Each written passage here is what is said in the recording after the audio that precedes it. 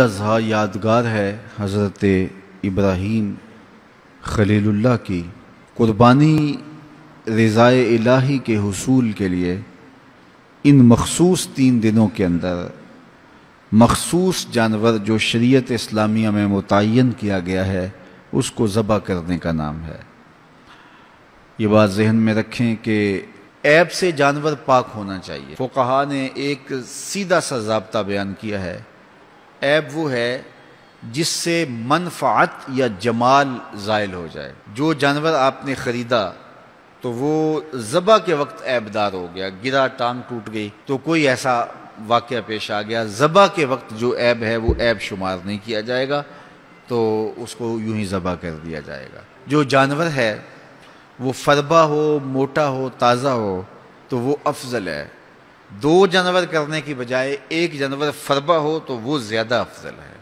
شریعت اسلامیہ نے صاحب نصاب پر قربانی واجب کی ہے۔ نصاب وہ ہے جو ہمارے ہاں زکوٰۃ کا نصاب ہے، یعنی 52 تولے چاندی یا 7.5 تولے سونا، یا اس کی قیمت۔ زکوٰۃ کے نصاب میں قمری سال گزرنا شرط ہے، لیکن یہ جو قربانی اور صدقہ فطر ہے اس میں سال گزرنا شرط نہیں ہوتا۔ ان عید کے 3 دنوں کے اندر ایک لمحے کے لیے بھی کوئی مالک نصاب ہو گیا تو اس کے اوپر جو ہے وہ قربانی واجب ہوگی۔ پھر قربانی ہر اس شخص پہ واجب ہے جو مالک نصاب ہے۔ بعض اوقات گھر کے اندر کئی افراد مالک نصاب ہوتے ہیں تو سب پہ واجب ہوگی۔ قربانی واجب آپ نے ادا کر لی اور اپنی طرف سے نفلی بھی دینا چاہتے ہیں تو یہ بھی آپ کو اجازت ہے۔ ہمارے آقا و مولا نے ایک قربانی اپنی طرف سے، ایک قربانی اپنی امت کی طرف سے پیش کی ہے، تو اگر امتی اپنے آقا کی جانب سے قربانی پیش کرتا ہے تو یہ اجر و ثواب کا باعث ہے۔ 3 حصے کر کے دوست احباب کے لیے، غرباء کے لیے اور اپنے لیے تقسیم کر لیں تو یہ قربانی کی روح کے مطابق ہے۔ سارا اگر خود استعمال کرنا چاہیں تو بہرحال اس کی بھی اجازت ہے، لیکن قربانی کی روح کے منافی ہے۔ جس کو گوشت لگتا ہے اس کو کھال بھی لگتی ہے۔ جس طرح گوشت آپ خود بھی کھا سکتے ہیں تو کھال خود بھی استعمال کر سکتے ہیں، یعنی آپ کھال کا مسلح بنا کے گھر رکھ سکتے ہیں، کھال کو اپنے گھر کی کسی ضرورت میں جو ہے وہ لا سکتے ہیں، لیکن قربانی کی کھال بیچ لیں اور اس کی قیمت اپنے مصرف میں لائیں یہ نہیں کر سکتے۔ قربانی کی کھال اگر بیچ لی ہے تو اس کے پیسے صدقہ آپ کر سکتے ہیں، کسی دوست کو دے سکتے ہیں، کسی غریب کو دے سکتے ہیں۔ تو قربانی کی کھال جس کو مرضی دیں، لیکن بہتر یہ ہے کہ قربانی کی کھالیں مدارس دینیہ کو دی جائیں، چونکہ یہ مستحق بہت زیادہ ہیں۔ مدارس دینیہ کے بجٹ کا زیادہ تر انحصار قربانی کی کھالوں پہ ہوتا ہے۔ کسی زمانے میں مدارس دینیہ کے لیے، مساجد کے لیے اور خانقاہوں کے لیے امراء، رؤوسا اور حکام جاگیریں مقرر کرتے تھے اور ان کا نظم و نسق چلتا تھا۔ ہمارے دیہاتوں میں آج بھی مسجدوں کے نام پہ 8-8، 5-5، 6-6 جو ہے وہ ایکڑ نام ہوتے ہیں اور مسجد کی ضروریات اس کے محاصل سے پوری ہوتی ہیں، لیکن اب تو مدارس دینیہ کا انحصار رہ ہی قربانی کی کھالوں، زکوٰۃ فنڈ اور لوگوں کے تعاون اور مخیر حضرات کی کوشش سے رہ گیا ہے۔ اس لیے اپنے مدارس کی طرف بہت زیادہ توجہ دینے کی ضرورت ہوتی ہے اور قربانی کی کھالیں کوشش کر کے خود مدارس دینیہ کے اندر پہنچائیں۔ اور آپ کے سامنے جامعۃ المصطفیٰ ایک ایسی درس گاہ علمی ہے کہ جس کے فیضان سے ایک زمانہ متمتع ہو رہا ہے اور یہاں سے نکل کر اطراف و اکناف عالم کے اندر جو ہیں وہ لوگ پھیل رہے ہیں اور فائدہ پہنچ رہا ہے۔ اللہ کا شکر ہے یہاں سے جانے والے پیغام کو مسلم بھی قبول کر رہے ہیں اور غیر مسلم بھی قبول کر رہے ہیں، تو یہ اللہ کا فضل ہے، اس پر ہمیں شکر ادا کرنا چاہیے۔ اور کتنے مسلمانوں کی اصلاح ہوئی ہے اور کتنے لوگ فائدے میں گئے ہیں، تو یہ ایک اللہ تعالیٰ کا بڑا فضل ہے اور اللہ تعالیٰ کا بڑا ہی کرم ہے کہ کتنے لوگوں کو یہاں سے فائدہ ہو رہا ہے۔ اور ظاہر ہے ہم ساری زندگی تو نہیں بیٹھ رہیں گے، ایک وقت عمر کا، زندگی کا ہم نے پورا کرنا ہے، اس کے بعد ہم نے چلے جانا ہے، تو ہماری جگہ اوروں نے آنا ہے۔ تو یہ دارالعلوم اگر زیادہ سے زیادہ لوگ پیدا کرے گا تو زیادہ لوگوں کو فائدہ پہنچ سکتا ہے۔ تو اس لیے نہ صرف قربانی کی کھالیں بلکہ اس ادارے کے ساتھ آپ کا ہر طرح کا تعاون درکار ہے۔ سب سے بڑا تعاون آپ کا اس ادارے کے ساتھ محبت کا تعاون درکار ہے۔ آپ اس مرکز سے اپنی عقیدت کا رشتہ، اپنی محبت کا رشتہ جو ہے وہ وابستہ کریں۔ جس طرح عشق کیا جاتا ہے، پیار کیا جاتا ہے، اس مرکز سے آپ پیار کریں، اس مرکز سے آپ محبت کریں۔ یہ مرکز ہماری عقیدتوں کا مامن اور مسکن ہونا چاہیے، چونکہ اس سے بہت سارے لوگوں کو فائدہ ہو رہا ہے، اور غیر مسلم بھی اسلام کے دامن میں آ رہے ہیں، اور مسلمان عمل کی راہوں کے مسافر ہو رہے ہیں، اور یہاں سے صاف سیدھا اور پیارا سا پیغام پوری دنیا پہ پہنچ رہا ہے۔ ایھا الذین آمنوا، اے ایمان والو، لا ترفعوا اصواتکم فوق صوت النبی، نبی کی آواز سے اپنی آوازیں بلند نہ کرنا۔ یہ حضور کی چوکھٹ کا ادب ہے کہ تمہارا لہجہ، تمہاری آواز میرے رسول کی آواز سے بلند نہیں ہونی چاہیے۔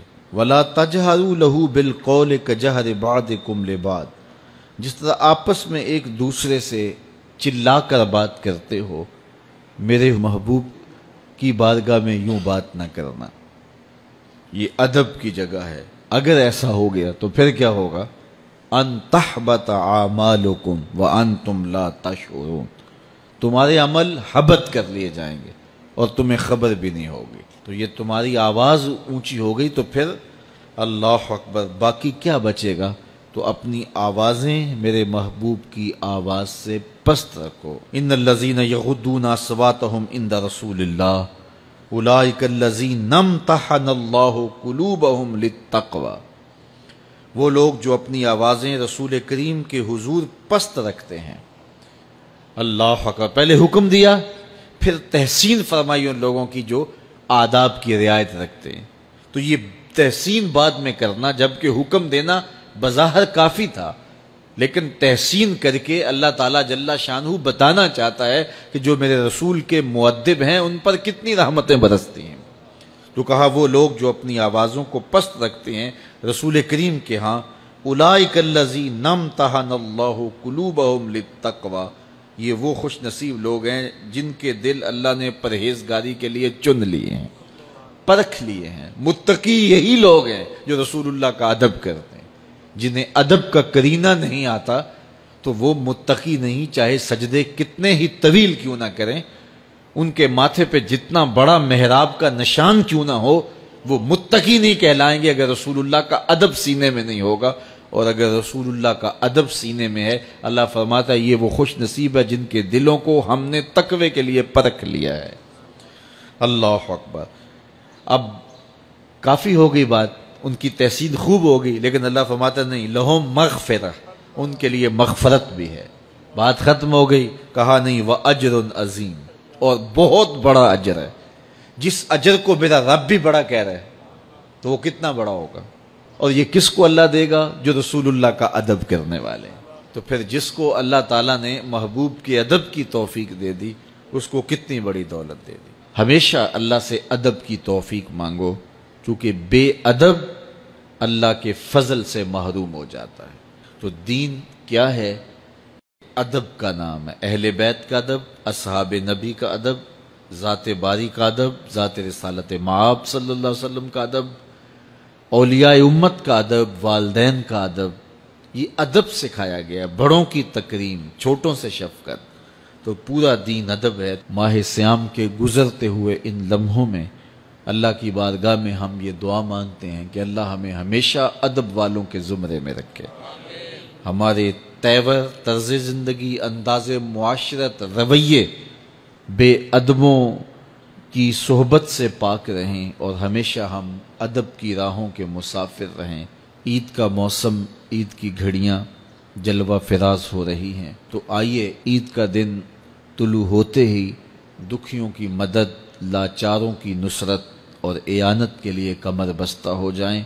لوگوں کے ساتھ حسن سلوک رکھیں، اپنے اطراف پہ غور کریں، غرباء، مساکین، گلی محلے میں، رشتہ داروں میں، اعزاء و اقرباء میں ان کی مدد کریں، اور عید کی خوشیوں میں ان کو اپنے ساتھ برابر شریک رکھیں۔